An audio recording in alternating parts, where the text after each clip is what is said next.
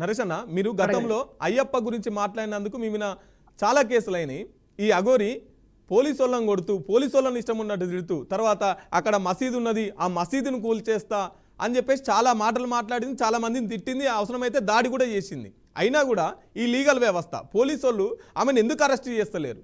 ఎందుకు ఆమె పైన చట్టపరమైన చర్యలు తీసుకోవట్లేదు? మన సమాజంలో 2 రకాల న్యాయ వ్యవస్థలు ఉంటాయి.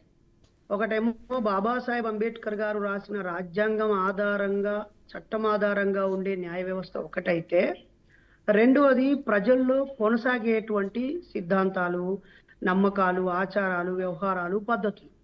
కాబట్టి పోలీసు వాళ్ళ తప్పు ఇందులో ఏమీ లేదు. పోలీసు వాళ్ళు ఇటు మింగలేరు, అటు కక్కలేరు. ఎందుకంటే అటు నమ్మకాల పేరుతో వేలాది మంది, లక్షలాది మంది ప్రజలు ఆమెను గౌరవిస్తూ ఉన్నారు. ఆమెను ఏమైనా అంటే ఫ్రెండ్లీ పోలీసు కాస్త దెబ్బతింటదని, వీళ్ళ మనోభావాలు దెబ్బతింటాయని బాధ. ఈరోజు షూ వేసుకొని గుడిలోకి వస్తేనే నువ్వు షూ వేసుకొని వచ్చావని పోలీసు వాళ్ళని ఉరికించుకొని కొడతా ఉన్నారు మత ఉన్మాదులు. కాబట్టి ఈ అఘోరి మాతని మొదట్లో ఈమెకు పోలీసు వాళ్ళే రక్షణ ఇవ్వాల్సిన పరిస్థితి ఏర్పడింది. ట్రాఫిక్ ను క్లియర్ చేయాల్సిన పరిస్థితి ఏర్పడింది.